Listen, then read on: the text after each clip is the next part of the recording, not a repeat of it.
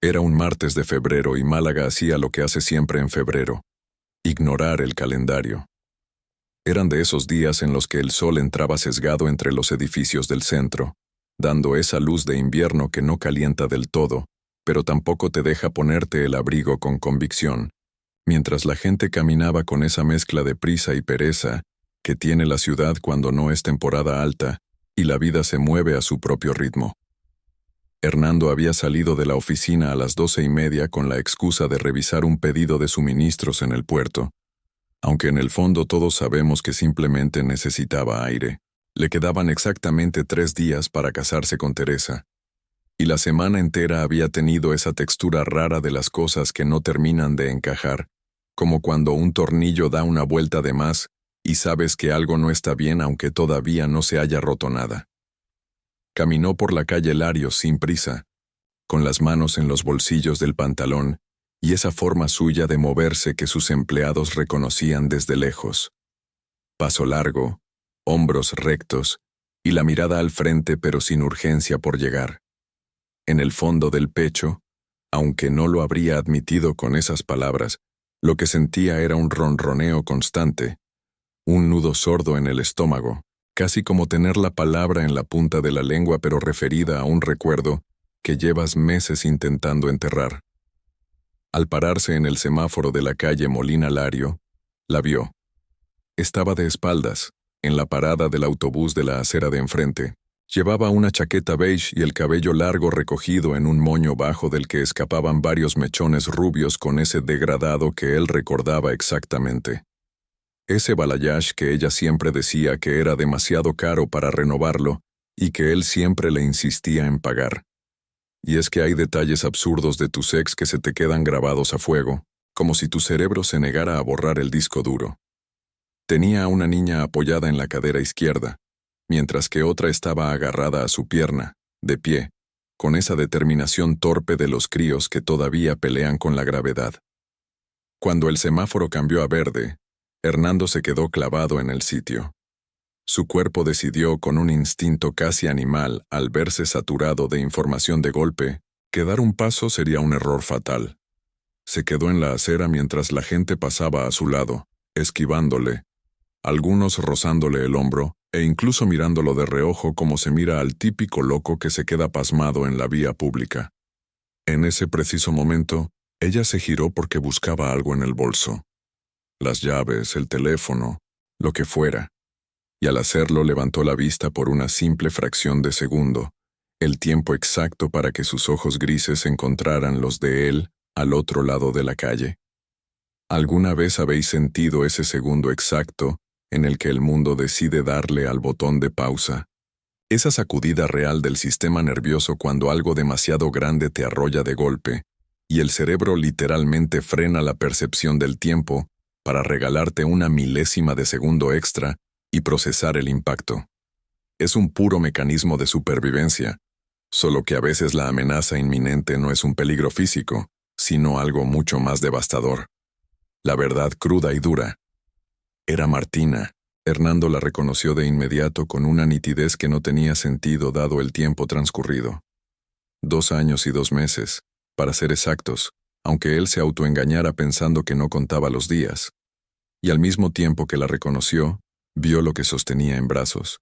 La niña de la cadera izquierda tenía el pelo cobrizo de Martina, pero los ojos, esos ojos eran de un verde intenso que Hernando conocía perfectamente porque eran los suyos, los que veía cada mañana en el espejo. Hizo la cuenta con un cálculo automático, involuntario. Esa matemática cruel que la mente te escupe a la cara cuando la respuesta importa demasiado. 2 años y 2 meses de ruptura frente a un bebé de apenas 1 año y 6 meses. Las fechas cuadraban como un bofetón, cuando ella se fue, soltándole el típico discurso de que ya no lo amaba y que necesitaba irse. Ya llevaba dentro a la criatura que ahora lo miraba fijamente desde la cadera de su madre. Con el semáforo volviendo a cambiar a rojo, Martina bajó la vista con una suavidad demoledora. Volvió a meter la mano en el bolso con esa calma suya que siempre lo había descolocado más que cualquier discusión. Agarró la mano de la niña que seguía aferrada a su pierna, y cuando el autobús de la EMT abrió las puertas, Subió sin mirar atrás ni una sola vez. Hernando se quedó echando raíces en la acera mientras el tráfico reanudaba su curso. Un ciclista pasaba rozándole y una señora mayor empujaba su carrito de la compra. Málaga siguió siendo Málaga, indiferente y luminosa, sin tener ni idea de que acababa de romperse algo que llevaba 2 años creyéndose superado. Cuando llegó a casa a las 2 de la tarde, Teresa estaba en el salón rodeada de muestras de flores sobre la mesa, repasando los detalles de una reunión con la florista que él había olvidado completamente.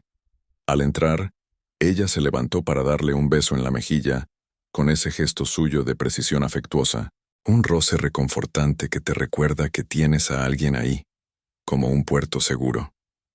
Él respondió al gesto apoyando los labios en su mejilla y posando la mano brevemente en su cintura, aunque sus pensamientos, mientras Teresa hablaba de ramos y centros de mesa, estaban a kilómetros de allí.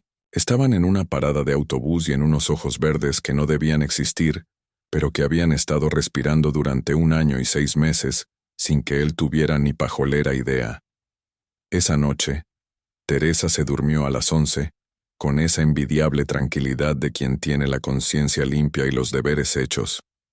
Hernando, por el contrario, se quedó mirando el techo hasta altas horas de la madrugada, contando grietas invisibles y escuchando el murmullo lejano de los coches en la avenida, intentando convencerse de que había calculado mal.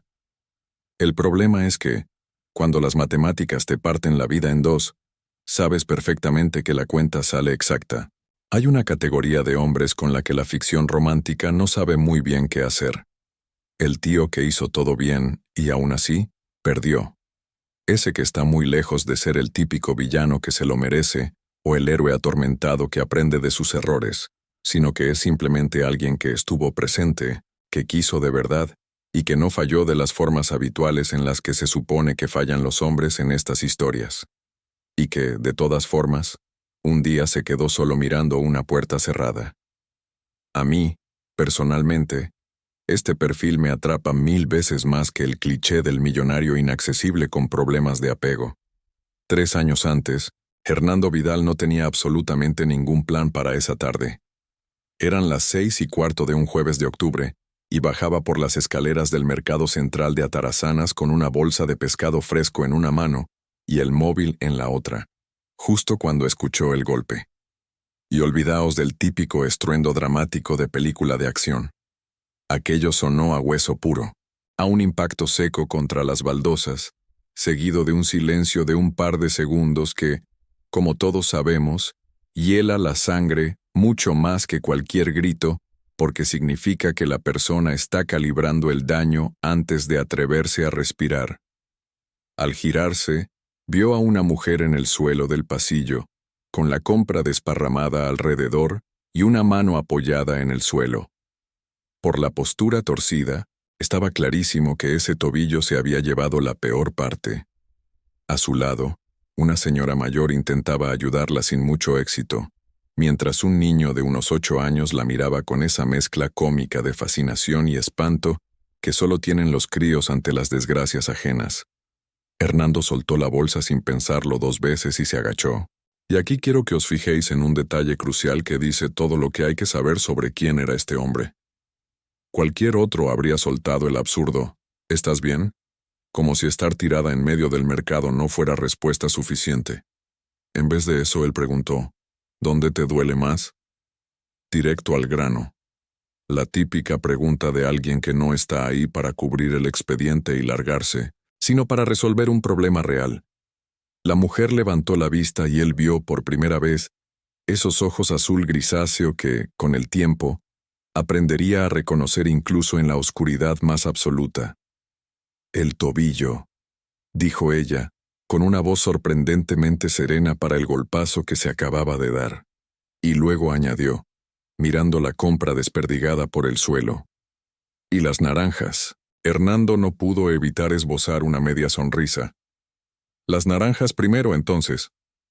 Lo que siguió estuvo muy lejos del típico flechazo de Hollywood, acercándose mucho más a esa cotidianidad torpe y bonita que todos conocemos. Él la ayudó a levantarse y llamó a un taxi porque ese tobillo pedía a gritos hielo y reposo, No trotes en el autobús número 4.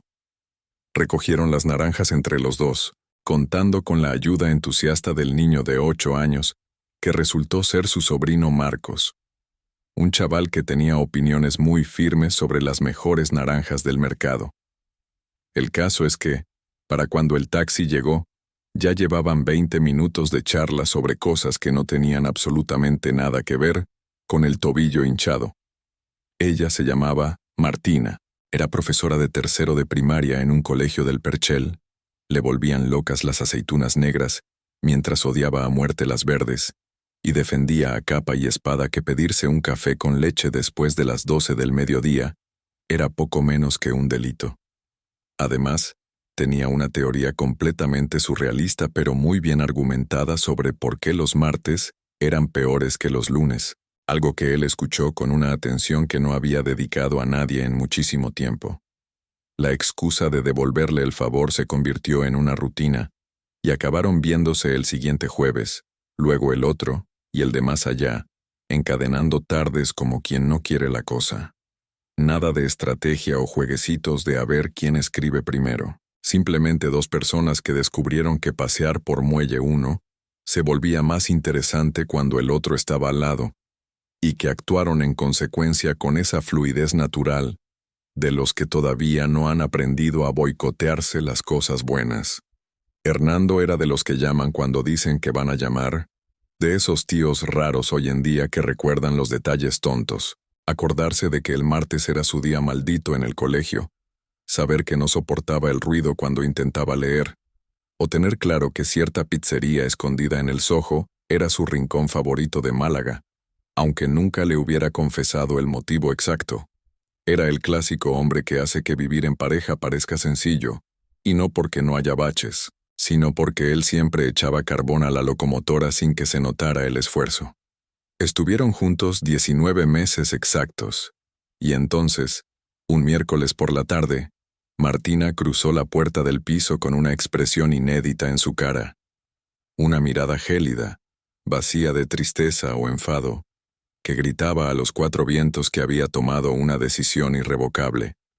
Soltó que necesitaba irse, que lo sentía en el alma, y que no era capaz de dar una explicación lógica porque simplemente no había un por qué que estuviera a la altura de lo bien que se había portado con ella. Menudo trago. Hernando la escuchó en silencio, sin interrumpir, fiel a su forma de querer, dando espacio, incluso cuando ese espacio le estaba rajando por dentro. Solo cuando ella terminó de hablar, él tragó saliva y preguntó una sola cosa. ¿Hay algo que yo pueda hacer? No, respondió ella con la voz rota. Y se marchó, cerrando la puerta con cuidado. Ahora, de vuelta en el presente, encerrado en su oficina del puerto y con el graznido lejano de las gaviotas colándose por la ventana, Hernando miraba la pantalla del ordenador, completamente absorto. Tenía delante una hoja de cálculo aburridísima, con proyecciones de ingresos para el segundo trimestre. Pero el café se había quedado helado a su izquierda, y él llevaba 40 minutos sin teclear una sola cifra. Había hecho todo bien. Esa era precisamente la parte que se le había quedado atragantada y que nunca había logrado digerir. ¿Alguna vez os han dejado sin una mísera mala excusa a la que agarraros para poder odiar a esa persona? A diferencia de otras rupturas, aquí le faltaba una culpa concreta a la que aferrarse, un desliz que señalar con el dedo y decir, aquí fue donde la cagué.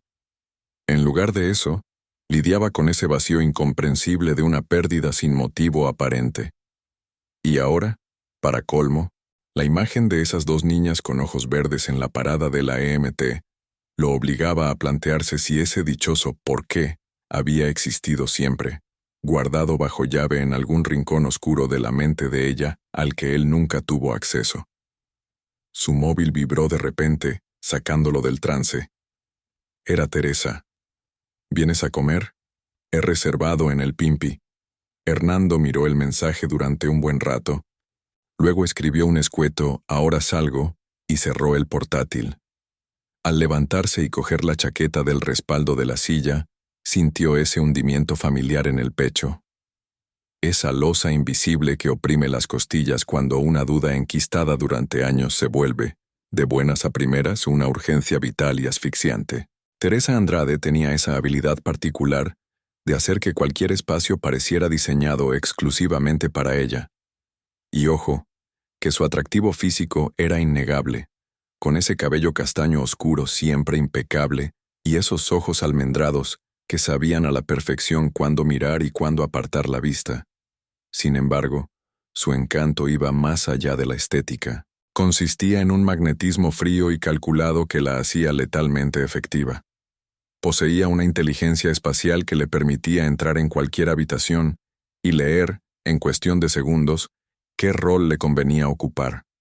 Así, con los suegros se transformaba en la nuera perfecta, cálida y respetuosa, mientras que al salir de copas con sus amigos pasaba a ser la chica divertida que jamás intentaba robar el protagonismo. Con él, por supuesto, interpretaba a la compañera incondicional. Pero el problema con estas caretas esculpidas al milímetro es que, si te fijas bien, siempre dejan ver las costuras. Llevo ya unos cuantos años en esto de desgranar historias de amor, como para oler a una Teresa a kilómetros de distancia. Olvidaos del tipo de villana de telenovela que suelta un monólogo explicando sus motivaciones malvadas. La realidad es mucho más peligrosa y sutil. Estamos ante esa clase de persona que da siempre el paso adecuado en cada momento, con una consistencia tan milimétrica, que resulta imposible pillarla en un renuncio, hasta que ya es demasiado tarde y estás atrapado en su telaraña. Aquella misma mañana de miércoles, Teresa apareció por el despacho de Hernando con 2 cafés humeantes y una carpeta bajo el brazo cargada con los últimos detalles del catering de la boda. El detalle clave es que nadie se lo había pedido, lo había organizado ella sola por pura iniciativa, para ahorrarle una gestión pesada que él habría tenido que tragarse antes o después. Era, en resumen, el tipo de gesto impecable que te hace imposible soltar una sola queja. El menú de noche ya está confirmado, dijo, dejando la carpeta sobre la mesa con esa eficiencia suya que, curiosamente, nunca llegaba a rozar la frialdad. Solo falta que confirmes el vino, porque los dos sabemos que en eso tú tienes mucho más criterio que yo. Hernando miró la carpeta y luego la miró a ella, sintiendo ese peso sordo de la gratitud obligada. Gracias, te lo digo en serio.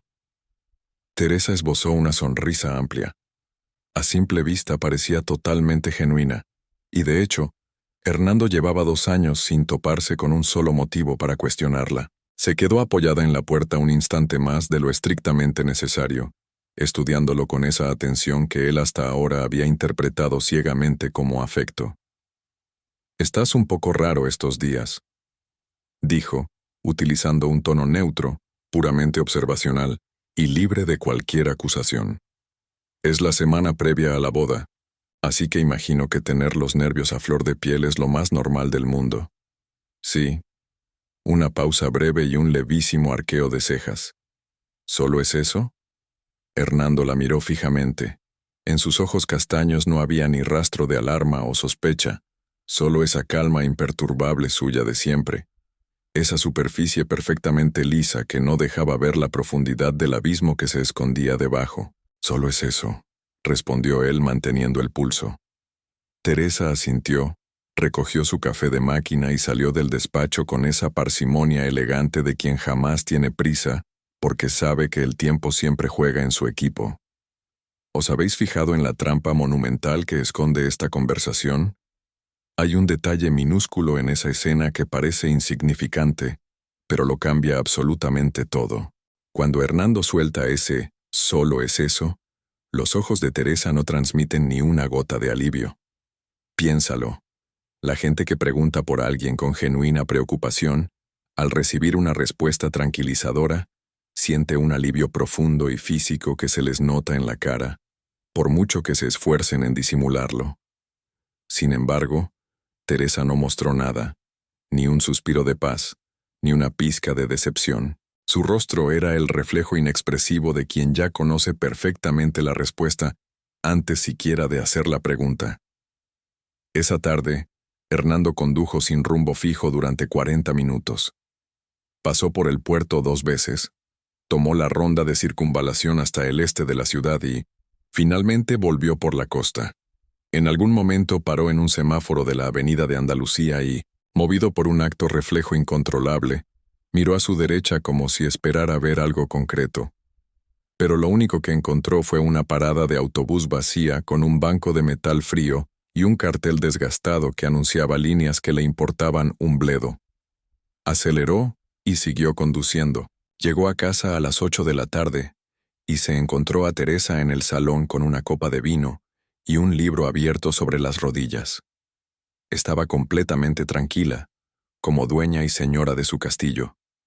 Y Hernando pensó, no por primera vez en toda la semana, pero sí con una lucidez aplastante, que había algo en esa estampa de revista que no terminaba de encajar, aunque fuera incapaz de ponerle nombre al fallo. Se sentó a su lado y ella le sirvió vino automáticamente, sin necesidad de preguntar. Empezó a darle conversación, contándole los pormenores de una llamada de su madre, un pequeño lío con el DJ del banquete, e incluso la última chorrada que había visto en redes sociales y que le había hecho gracia. Él escuchó, respondió educadamente cuando tocaba y forzó una sonrisa cuando era el momento adecuado. Pero una parte de su cabeza, un rum rum pequeño, insistente e imposible de apagar, estaba calculando frenéticamente cuánto tiempo tardaría en averiguar dónde vivía Martina ahora. Antes de que la historia avance, necesito contaros algo que os va a encoger el estómago. Hay un momento en esta historia que es difícil de escuchar, pero lo voy a contar de frente porque creerme que podéis manejarlo es el mayor respeto que os puedo dar. Lo que le pasó a Martina estuvo a años luz de ser un malentendido o una mala decisión. Fue algo que le hicieron a traición, y eso importa más que cualquier otra cosa. Hacía 2 años y 4 meses de aquella noche, y Martina todavía no lograba recordarla entera. Su mente había fabricado una espesa laguna como mecanismo de protección, una niebla con bordes irregulares, donde algunos momentos brillaban nítidos, mientras otros permanecían en blanco, como una fotografía arruinada por la humedad. Recordaba la fiesta de su cumpleaños en el piso de Teresa, la primera copa, la música a todo volumen y las risas. También tenía grabado el instante en que pensó que era rarísimo que Hernando no hubiera podido venir por una reunión de última hora, junto con la imagen de Teresa asegurándole que no se preocupara, que ya lo celebrarían los 3 otro día. Lo que seguía después era pura oscuridad. Podéis llegar a imaginar ese terror específico de despertar en un lugar que no reconocéis, con ropa ajena, la cabeza pesando el doble de lo normal y una confusión densa, turbia, infinitamente más pesada y sucia que la de una simple resaca. Esa angustia asfixiante de ignorar por completo qué ha pasado, con quién has estado y sentir pánico por lo que tu propio cuerpo ha sufrido sin que tú pudieras estar presente para protegerte. Exactamente eso es lo que atravesó Martina esa maldita mañana. Se despertó en una habitación de hotel completamente extraña, con un hombre dormido a su lado, un auténtico desconocido, lo que desató un pánico tan físico que tardó varios segundos en poder reaccionar. Salió de la cama con un cuidado casi animal, recogió sus cosas del suelo a trompicones y huyó de esa habitación sin atreverse a respirar hasta que las puertas del ascensor se cerraron detrás de ella. Ya en el taxi de vuelta, llamó a Teresa desesperada. «Algo ha pasado», dijo, con ese hilo de voz roto, propio de quien todavía no encuentra las palabras para nombrar lo que acaba de vivir.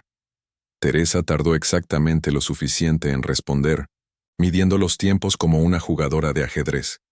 «¿Qué ha pasado, Martina? Cuéntame».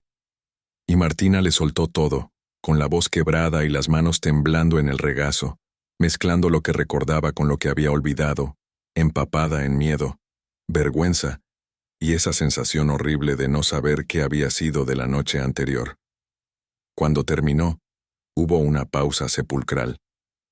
«Escúchame», dijo Teresa, tirando de ese tono suyo de calma absoluta. «Escúchame bien. Ni se te ocurra decirle nada a Hernando». Martina se quedó muda, paralizada. Te conozco, continuó Teresa. Sé que lo primero que quieres hacer es llamarle y contárselo todo, pero usa la cabeza. ¿Qué le vas a decir? ¿Que tienes una laguna mental, que te despertaste en un hotel con otro tío y no sabes cómo llegaste allí? Él jamás va a entenderlo, Martina. Nadie lo entendería. Esa fue la semilla perfecta, plantada en el momento exacto y en el terreno más fértil posible. El miedo de alguien carcomido por la culpa ante un pecado que no había cometido. Desaparece, sentenció Teresa. Empieza de cero en otro sitio porque es lo mejor para ti, y honestamente, es lo mejor para él. Lo que Teresa se cayó miserablemente, lo que Martina no sabría hasta mucho después, era que había fotos de esa habitación de hotel. Unas imágenes que Teresa había atesorado con el mismo cuidado meticuloso con el que guardaba cualquiera en la manga que algún día podría serle útil. Fotos que nunca tuvo que usar porque su envenenado consejo había funcionado mejor de lo esperado. Martina tardó 3 semanas en descubrir que estaba embarazada, y otras 3 en asumir que jamás llamaría a Hernando. Ahora, en el pequeño apartamento del barrio de El Palo que había alquilado al volver a Málaga hacía 8 meses, Martina doblaba ropa de bebé en el sofá, mientras Mía y Lía dormían en la habitación contigua, con esa contundencia absoluta propia de los niños de 1 año y medio, como si el mundo fuera a seguir intacto al despertar, y eso fuera lo único importante. Ese día, había logrado mantener a Hernando fuera de su cabeza. Con el tiempo y la práctica, había aprendido a guardar ese pensamiento en un compartimento estanco para no abrirlo en las horas de trabajo, durante el cuidado de las niñas o en esos momentos donde necesitaba ser estrictamente funcional. Solo se permitía desatar ese nudo cuando resultaba inevitable, a las 3 de la mañana principalmente, cuando Lía o Mía rompían a llorar y en el silencio del pasillo se volvía imposible esquivar la tortuosa pregunta de qué habría pasado si las cosas hubieran sido distintas. De pronto sonó el timbre. Martina levantó la vista de la ropa sobresaltada. Eran las 8 de la tarde de un miércoles cualquiera. No esperaba a nadie. E incluso así, hubo un segundo, apenas un latido, en el que su instinto supo, antes de levantarse, de cruzar el pasillo y de mirar por la mirilla, quién estaba al otro lado de esa puerta. Lo había ensayado 1000 veces en su cabeza. Aspiró hondo y abrió. Hernando estaba plantado en el rellano con las manos en los bolsillos, y esa inconfundible expresión que Martina recordaba perfectamente, por mucho que se hubiera esforzado en olvidar. Era su cara de cuando algo lo descolocaba de verdad, con la mandíbula ligeramente tensa y los ojos azules más quietos de lo normal, encerrando toda esa energía suya de hombre que sabe moverse por el mundo, en una inmovilidad que le costaba horrores mantener. Se limitó a mirarla, manteniendo un silencio que pesaba toneladas. En el guión que Martina había ensayado mentalmente durante 2 largos años, ella era la que rompía el hielo y hablaba primero, manteniendo el control absoluto de la escena porque era la que manejaba la información que él ignoraba por completo. Ese saber, por muy doloroso que fuera, le daba una posición de ventaja táctica, permitiéndole mantenerse serena, firme y totalmente preparada para el asalto.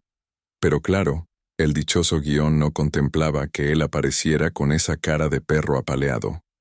«Hernando», dijo, y su voz tembló, traicionando por completo lo que había ensayado. Sonó exactamente como la de alguien que lleva 2 años sin pronunciar ese nombre en voz alta y acaba de recordar lo muchísimo que pesaba en el pecho. «¿Puedo entrar?», preguntó él. Una frase escueta, soltando el ancla de la conversación, fiel a su estilo de toda la vida. Directo, sin montar ningún numerito teatral y despojado de cualquier carga innecesaria de dardos envenenados. Martina tragó saliva y se apartó de la puerta para dejarle paso. El apartamento era más bien pequeño y estaba ordenado con esa eficiencia práctica y casi militar de una madre que vive sola con 2 bebés y no tiene ni un segundo libre para permitirse el desorden. Había dibujos garabateados sujetos con imanes en la nevera, una torre de bloques de colores a medio hacer en una esquina del salón, e incluso 2 pares de zapatos diminutos alineados junto a la puerta con una precisión obsesiva que era claramente de Martina y no de sus dueñas. Como si de un escáner se tratase, Hernando lo registró todo con esa atención suya de siempre, absorbiendo cada detalle con la mirada perdida del que parece estar pensando en las musarañas. ¿Dónde están?, preguntó con un hilo de voz. Durmiendo, respondió ella, casi en un susurro. Él asintió lentamente, quedándose plantado en el centro del salón como una estatua de sal, porque ella no le había ofrecido sentarse y él, siendo un caballero hasta para eso, no iba a tomar semejante confianza si no le invitaban. ¿Son mías?, soltó de sopetón. ¿Para qué engañarnos? Todos sabemos que existen preguntas que no necesitan respuesta, porque la propia duda ya lleva implícita la verdad. Hernando lo sabía, Martina lo sabía, y ambos eran plenamente conscientes de que él ya había hecho las sumas y restas en la parada de autobús. En el fondo, sabían que no había conducido hasta allí para confirmar una simple regla matemática, sino para escuchar algo que los números jamás podrían darle: el maldito por qué. Martina lo miró fijamente durante un momento eterno. Sí, dijo, dejando caer la bomba definitiva. Hernando cerró los ojos en un gesto breve de menos de 2 segundos, apretando los párpados como alguien que se traga un golpe seco en el estómago, y necesita un instante para que el cuerpo lo asimile antes de volver a conectar con la realidad.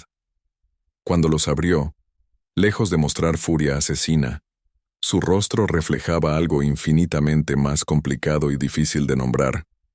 ¿Por qué? La pregunta salió limpia, desprovista de veneno y de acusación, y eso fue precisamente lo más duro para Martina. Habría pagado por un grito o un reproche a voz en cuello, ya que el fuego se combate con fuego, pero un témpano de hielo te deja completamente paralizada. Ella abrió la boca para disparar su monólogo.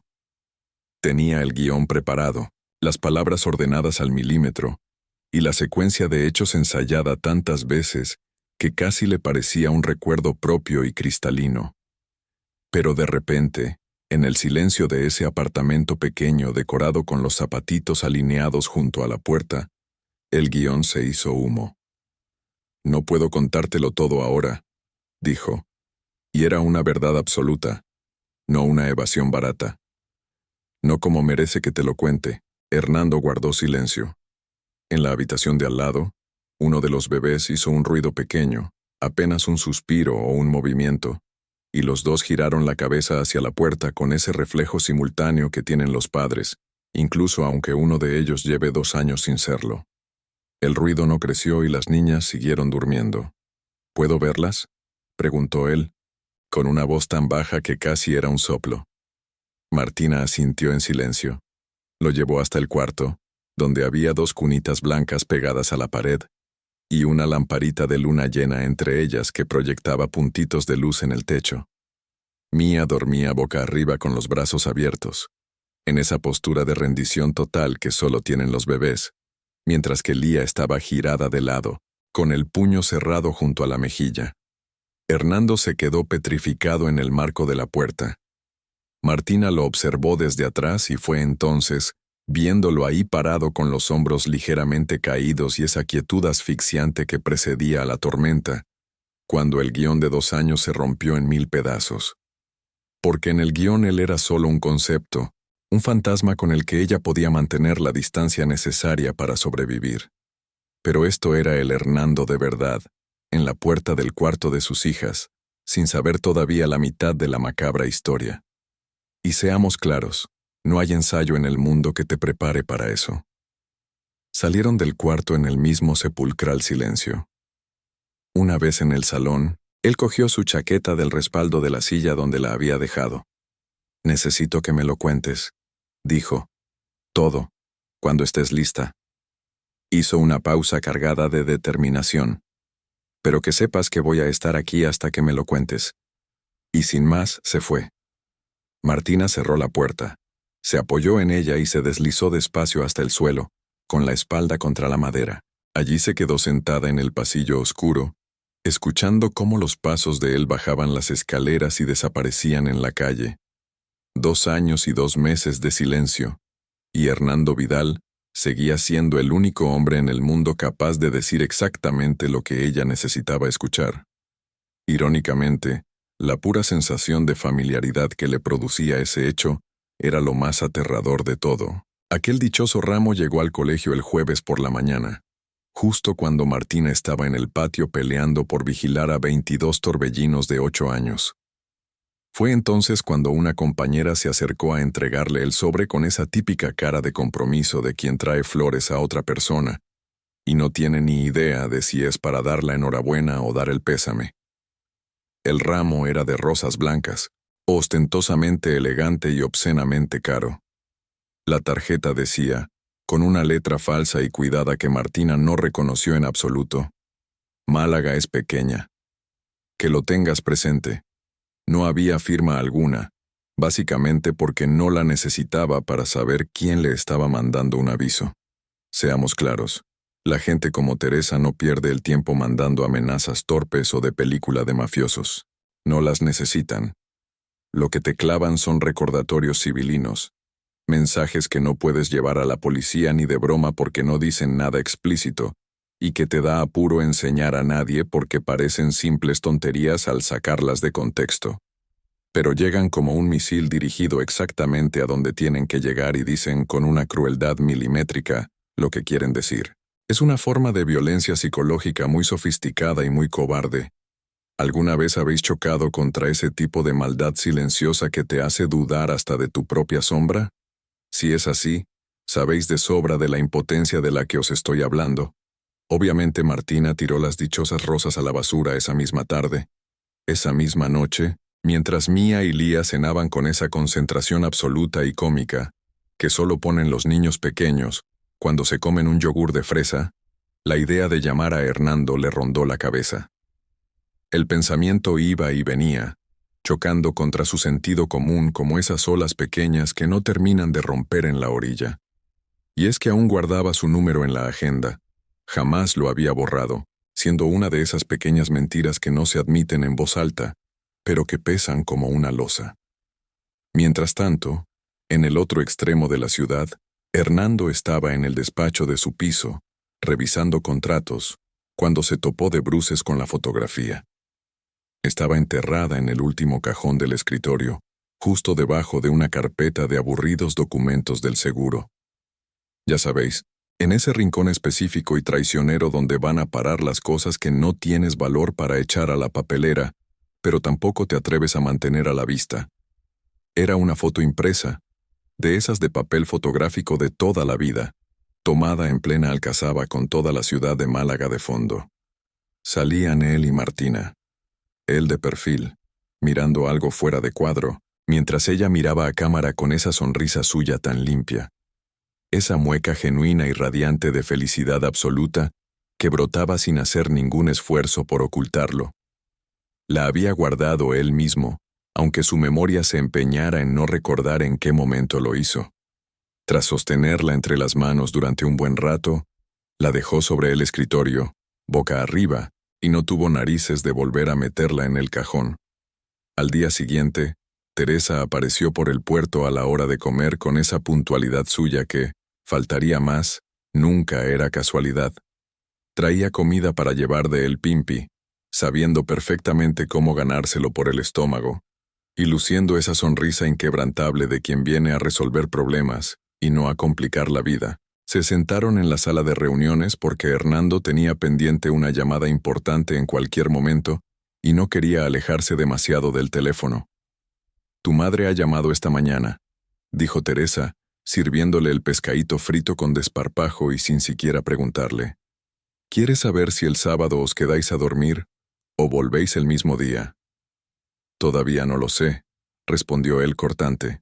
«Le digo que sí, que es más fácil para todos». Hernando la miró fijamente, clavándole los ojos. «Teresa». «¿Qué? ¿Conocías a Martina?» «A Martina Reyes». El silencio duró exactamente 1 segundo y medio. Hernando lo contó mentalmente porque tenía esa vieja costumbre de medir los silencios desde que era un crío, consciente de que la información más valiosa jamás está en lo que la gente dice, sino en el puñetero tiempo que tarda en decirlo. ¿Martina quién? Preguntó Teresa haciéndose la despistada. Mi ex. Martina Reyes. Teresa frunció ligeramente el ceño, adoptando la expresión calculada de quien busca falsamente en su memoria un nombre que sabe perfectamente dónde tiene archivado. Creo que me la presentaste una vez, ¿no? En alguna cena o algo así. ¿Por qué lo dices? Fijaos bien en la jugada maestra. 1,5 segundos. Es la respuesta perfecta, ni demasiado rápida para parecer que estás a la defensiva, ni demasiado lenta para levantar sospechas. Estaba ejecutada con la cantidad exacta de esfuerzo mental que haría alguien que realmente no recuerda. Si nosotros no supiéramos lo que ya sabemos, no encontraríamos ni un solo fallo en su actuación. Y de hecho, Hernando no encontró nada que señalar en ese instante. Pero ese maldito 1,5 segundos se le quedó grabado a fuego en algún lugar de su intuición que todavía no tenía nombre. Esa misma noche, mientras Teresa dormía a pierna suelta, Hernando sacó el móvil y tecleó de golpe un mensaje para Martina. Necesito saber si Teresa Andrade era tu amiga. Esperó contando los latidos. A los 4 minutos, llegó la respuesta. ¿Por qué lo preguntas? Hernando miró la pantalla durante un buen rato antes de contestar. Porque me voy a casar con ella en 2 días. El check de lectura azul apareció de inmediato, pero luego se hizo el vacío. 30 segundos, 1 minuto, 2 eternos minutos de silencio digital insoportable. Y entonces, la pantalla se iluminó de nuevo. Hernando, necesitamos hablar. Mañana. Lucía llevaba 10 años siendo la mejor amiga de Martina, lo que significaba que había sobrevivido a varios traslados de ciudad, a 3 rupturas de distinto calibre emocional, al absurdo periodo de esos 18 meses en los que Martina decidió que el running era su nueva identidad, y sobre todo, a las 4 de la mañana del día en que Mía y Lía vinieron al mundo. Esa madrugada en la que Lucía condujo volando desde Torremolinos con el pijama puesto y sin tomarse un triste café porque el tiempo no había dado para más. Era, en resumen, el tipo de persona que sabe absolutamente todo lo que hay que saber sobre ti, incluyendo esas partes ocultas que tú misma aún no te has terminado de contar frente al espejo. Estaban en la cocina del apartamento de Martina, con las niñas ya dormidas y una botella de vino abierta que ninguna de las dos estaba bebiendo realmente, porque Martina le había contado absolutamente todo, desde el macabro ramo de Teresa, pasando por el mensaje de Hernando, hasta llegar a la respuesta que le había enviado la noche anterior. No se dejó nada en el tintero. «Espera un momento, frena», dijo Lucía, con ese tono suyo de quien necesita procesar el golpe antes de responder, y tiene la santa honestidad de pedirte que esperes mientras lo hace. O sea, me estás diciendo que Teresa era tu amiga de verdad, y que fue ella precisamente quien organizó la fiesta de tu cumpleaños. Sí, murmuró Martina. La fiesta donde te pusieron esa mierda en la copa. Sí. Y para colmo, fue ella quien te comió la cabeza para que te fueras, para que desaparecieras del mapa, y que no le contaras nada a Hernando. Sí. Lucía guardó silencio durante exactamente el tiempo que necesitaba para que esa retorcida secuencia de hechos se ordenara en su cabeza con toda la claridad que merecía. Martina, dijo al fin, mirándola fijamente. ¿Y si él no tenía ni idea de nada? ¿Cuántas veces podemos huir de una duda antes de que nos alcance? Esta es la pregunta que Martina llevaba 2 años sin permitirse hacer, y no porque no se le hubiera ocurrido, ya que le había martillado la cabeza muchas veces en esas noches largas y asfixiantes con las niñas y el silencio, sino porque responder que sí era pagar un peaje demasiado costoso. Si él no lo sabía, entonces el maldito sacrificio no había protegido a nadie. Entonces, los 2 años de silencio, las niñas creciendo sin su padre, y la vida entera que ella había construido sobre la base de una decisión tomada con puro miedo, no había servido para absolutamente nada. Y es que, seamos sinceros, hay verdades que son demasiado grandes para mirarlas de frente hasta que alguien te ayuda a sostenerlas para que no te aplasten. No lo sé, respondió Martina con la voz rota. Pero lo sospechas. Martina no respondió. Un silencio que era, en sí mismo, una confirmación rotunda. Lucía alargó la mano y le apretó la muñeca con fuerza. Mañana le cuentas todo, sentenció. No el resumen ni la versión edulcorada. Todo. No sé si seré capaz. Claro que puedes. Hizo una pausa estratégica. Y además, ya no tienes elección, porque él ya sabe que hay algo que no le has contado, y ese hombre siempre ha sido de los que no sueltan un hueso hasta tener la respuesta. Lo sabes tú mejor que yo. Martina soltó una especie de sonrisa involuntaria, una mueca de rendición que duró menos de un segundo pero que Lucía captó perfectamente. Lo sé, admitió. Hay algo que me parece vital aclararos aquí, porque creo que a veces las historias de amor idealizadas le hacen un flaco favor a las personas reales. Martina no era una mujer débil por haber guardado silencio estos 2 años. Tomó una decisión imposible con la única información que tenía sobre la mesa, rodeada de miedo, completamente sola, con un embarazo que no esperaba, y sin poder confiar en la única persona a la que se lo habría contado todo. La fortaleza no siempre tiene el aspecto heroico que nos han enseñado en las películas. A veces, tiene el aspecto de una mujer que dobla ropa de bebé a las 11 de la noche y sigue funcionando al día siguiente, aunque por dentro lleve un peso insoportable que no debería cargar sola. Al día siguiente, a las 5 de la tarde en punto, Hernando llamó al timbre del apartamento de El Palo. Martina abrió la puerta. A diferencia de la última visita, las niñas estaban despiertas, jugando en el suelo del salón con los bloques de colores. Mía levantó la vista al verlo entrar con esa atención seria tan suya, evaluando al intruso con una concentración que resultaba cómica y enternecedora a partes iguales. Hernando se agachó hasta quedar a su altura. «Hola», dijo suavemente. Mía lo miró durante 3 segundos que parecieron horas. Luego, le ofreció un bloque rojo con toda la solemnidad de quien hace un regalo sumamente importante. Él lo aceptó con la misma seriedad, sin tratarla como a un bebé tonto. Martina los observó desde el marco de la puerta de la cocina, sosteniendo esa taza de café que llevaba un buen rato sin probar. En ese instante, algo en el pecho le pesó de una forma diferente a las demás veces. Se había esfumado ese nudo sordo de la culpa, dejando paso a un pinchazo más agudo y más real. Era la sacudida brutal de darse cuenta de lo que podría haber existido y de que, tal vez, todavía no era demasiado tarde para intentarlo. «Siéntate», dijo con voz firme. «Te lo voy a contar todo». Y esta vez lo hizo. Hernando escuchó atentamente sin interrumpir ni una sola vez, que seguía siendo su particular forma de querer. Cuando ella terminó de hablar, se instaló un silencio que, lejos de estar vacío, rebosaba de cosas que todavía no tenían palabras inventadas para definirlas. Luego preguntó, con esa voz baja y rasposa típica suya de cuando algo lo golpeaba de verdad: «¿Cuánto tiempo llevaba Teresa en tu vida antes de aquella noche?» «8 meses», respondió Martina, confundida. Hernando asintió despacio, encajando la última pieza del puzzle. «8 meses antes de que yo te conociera a ti, Teresa y yo salíamos juntos». El silencio que siguió a esa confesión fue completamente diferente a todos los anteriores.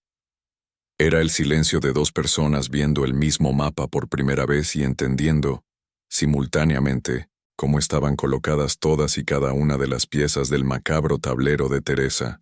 «¿Qué vas a hacer?», preguntó Martina, con el corazón en un puño. Hernando la miró durante un momento largo, luego desvió la vista hacia Lía, que había abandonado los bloques y arrastraba ahora un elefante de peluche por el suelo, con una dedicación absoluta y envidiable. «Lo que tendría que haber hecho hace 2 años si hubiera sabido lo que sé ahora», sentenció. Salió del apartamento con esa calma suya que, como bien sabemos, no tenía nada de indiferencia, sino exactamente lo contrario. Era la calma letal de alguien que ya sabe lo que viene y ha dejado de tener el más mínimo miedo de hacerlo. Hernando llegó al piso a las 8:15 en punto. Teresa estaba en el salón con el portátil abierto, revisando algo que cerró de golpe cuando él entró, con ese gesto rápido que podría parecer casual y distraído si no fuera por el delator medio segundo de retraso. Levantó la vista y le dedicó esa sonrisa suya de bienvenida, cálida, presente y como siempre perfectamente calibrada. «Llegas tarde. ¿Ha pasado algo?», preguntó con su habitual tono de aparente inocencia. Hernando dejó las llaves sobre la encimera, pero ni siquiera hizo el amago de sentarse. «Cuéntame cómo conociste a Martina Reyes», soltó a bocajarro. El cambio en su rostro fue mínimo. Un respingo tan sutil que cualquier otra persona en cualquier otra circunstancia no lo habría captado jamás. Pero Hernando llevaba 2 años conviviendo con esa cara, y conocía, aunque no lo hubiera sabido nombrar hasta ahora, la diferencia abismal entre la expresión natural de Teresa y esa careta que construía cuando necesitaba salir del paso. «Ya te lo dije, creo que fue en una cena», respondió ella, clavando exactamente el mismo tono de la vez anterior. «No». Hernando la miró fijamente a los ojos. «Cuéntame la verdad. ¿Habéis lidiado alguna vez con un mentiroso profesional? Esas personas que mienten bien tienen un protocolo estricto para estos momentos. Primero tiran de negación, luego pasan a la confusión, después llega la ofensa. El clásico, ¿cómo puedes pensar eso de mí?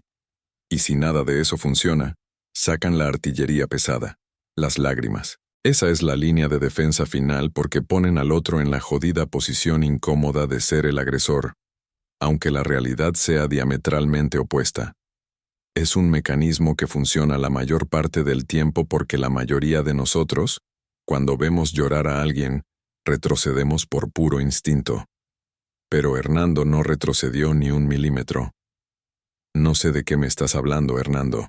Estás siendo muy agresivo y no entiendo por qué», sollozó Teresa encendiendo el piloto automático del victimismo. «¿Organizaste tú la fiesta de su cumpleaños hace 2 años y medio?»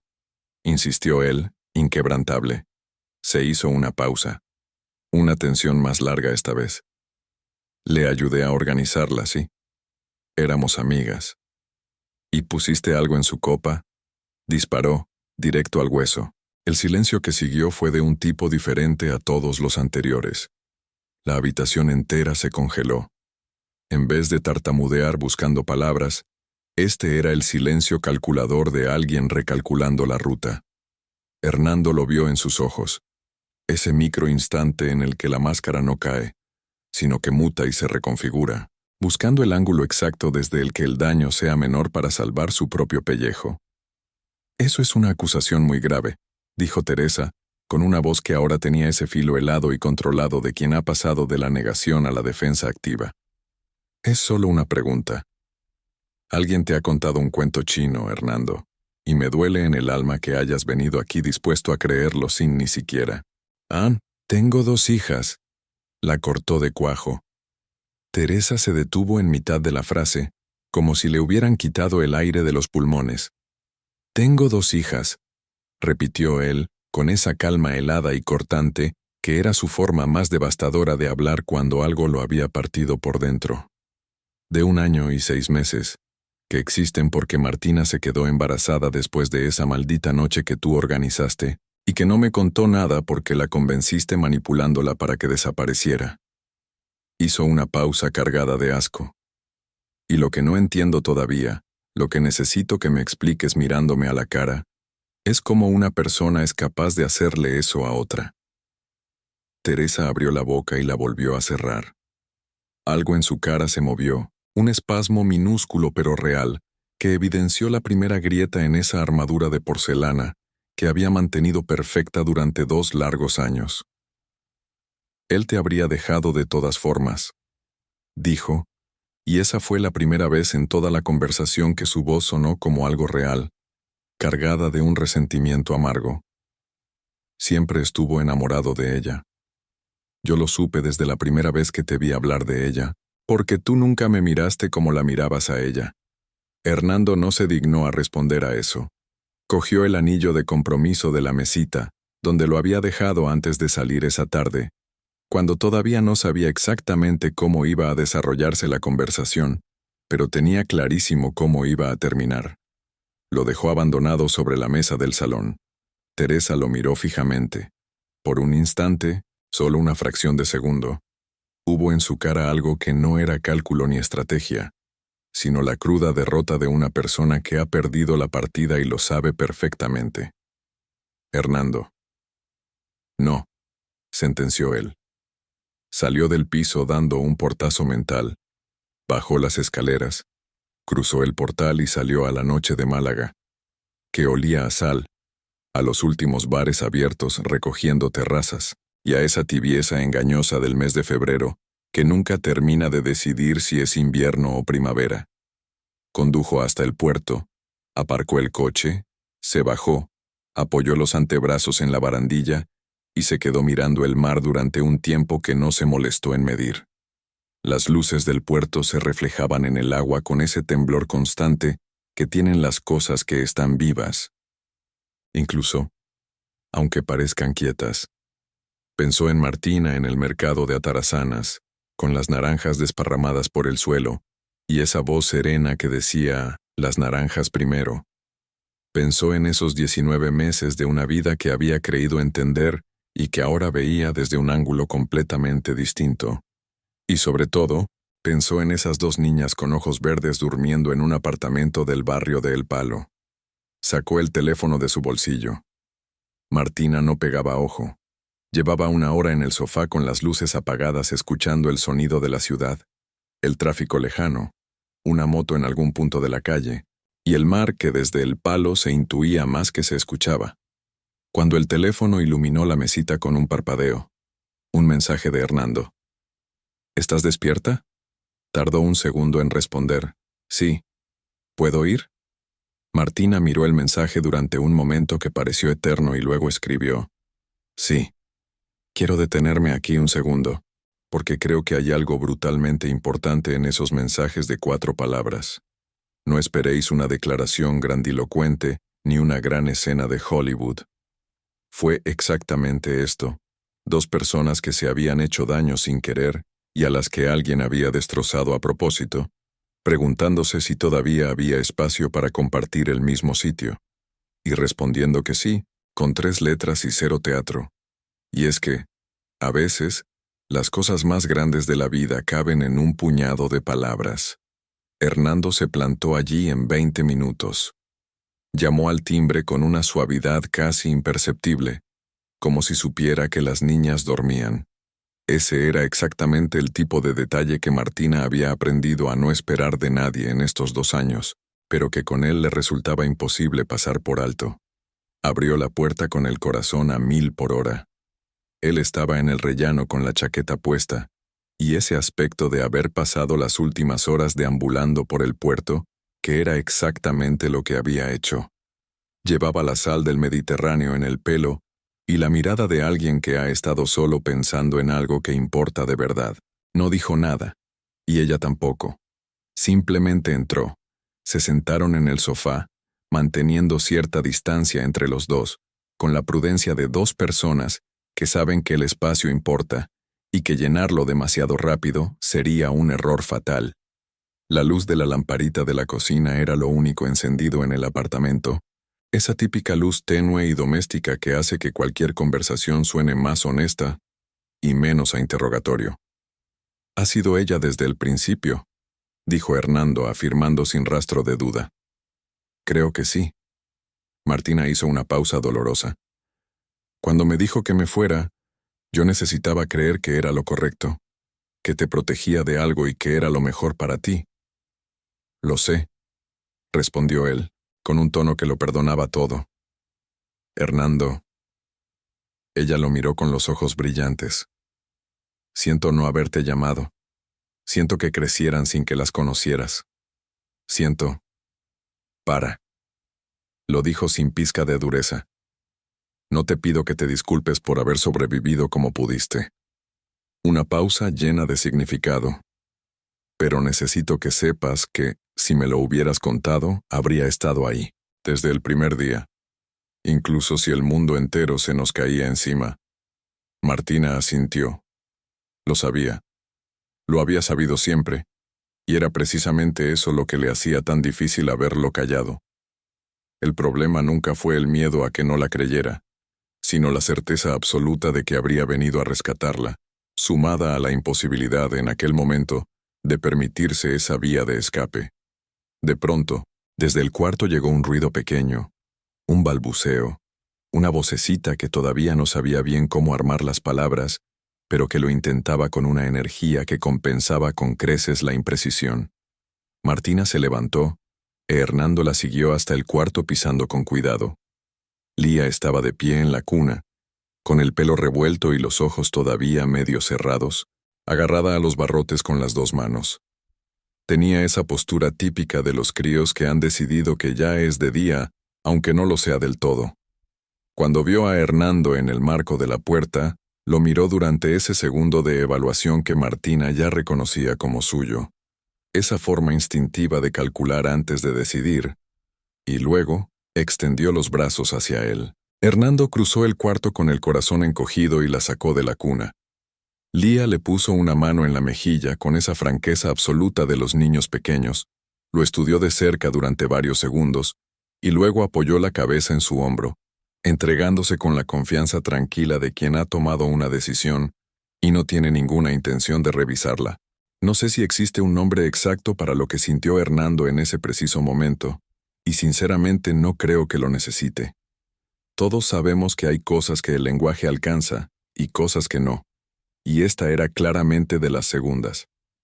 Pero os garantizo algo, un hombre que lleva 2 años creyendo que había perdido algo intraducible, en ese cuarto pequeño con esa lamparita de luna y una niña de 1 año y medio que acababa de decidir confiar en él, encontró por fin la respuesta a una pregunta que no había sabido hacer. Martina los observó desde la puerta, mientras Mía seguía dormida en la cuna de al lado con esa plasticidad absoluta de los niños buenos durmiendo, completamente ajena a lo que estaba pasando a escasos 50 centímetros. Lía, por su parte, hacía ese ruido pequeño de satisfacción que soltaba cuando estaba realmente cómoda, medio adormilada de nuevo en el hombro de Hernando. Él la miró, pero su expresión había cambiado por completo. Había desaparecido la tensión y la distancia que medía el espacio entre los dos. Era solo la mirada de un hombre que está exactamente donde tiene que estar y lo sabe con toda su alma. «No sé cómo se hace esto», dijo, en voz baja para no despertar a Mía. «Lo de ser padre. No sé absolutamente nada». «Yo tampoco sabía nada hace 1 año y medio», respondió Martina igual de bajo. «Se aprende sobre la marcha. ¿Me enseñas?», suplicó con una vulnerabilidad preciosa. Martina sonrió. Fue una sonrisa pequeña, sin artificios, la misma que él recordaba de la foto de la alcazaba, la típica mueca que tenía cuando estaba genuinamente contenta y no hacía ningún esfuerzo por ocultarlo. «Te enseño», dijo cerrando el círculo. Lía, desde el hombro de Hernando, soltó un suspiro de bebé profundamente satisfecho y se quedó completamente dormida. Málaga en mayo tiene esa luz que ya no engaña, cálida, directa y completamente libre de la puñetera duda de febrero.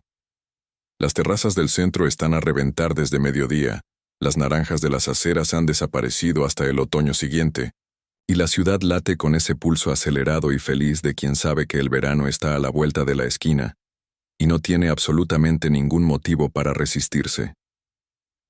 Aquella mañana de sábado en el mercado de Atarazanas, Mía iba en el carrito señalando todo con un entusiasmo desbordante que no discriminaba entre el pescado fresco, las flores, los quesos o los mismos carteles de los puestos. Mientras tanto, Lía iba en brazos de Hernando porque había decidido, hacía aproximadamente 3 semanas, que caminar era algo que se hacía estrictamente a su propio ritmo, y que el carrito simplemente no era compatible con semejante nivel de exigencia.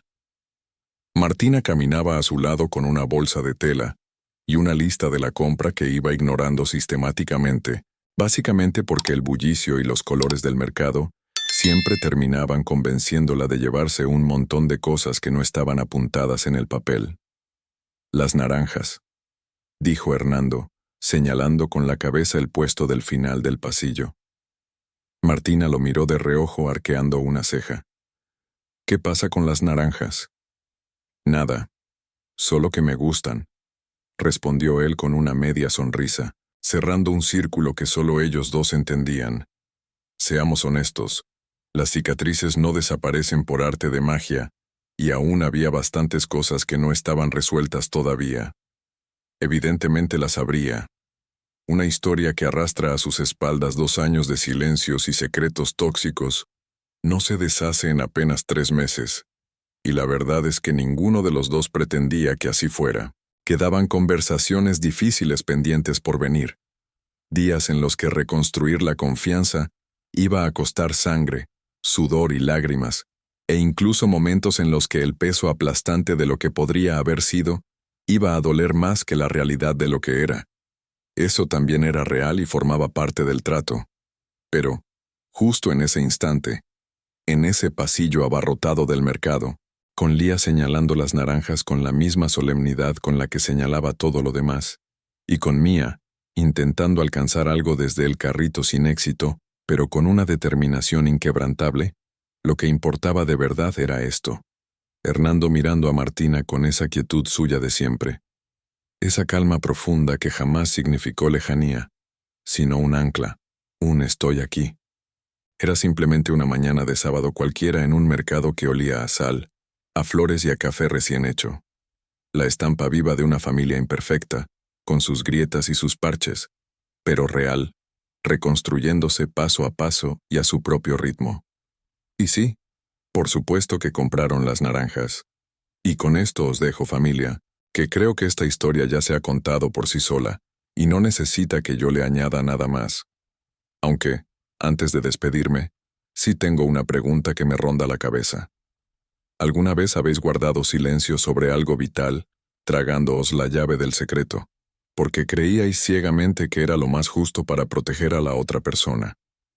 Y mucho después descubristeis que os habíais equivocado, pero que milagrosamente todavía estabais a tiempo de arreglarlo.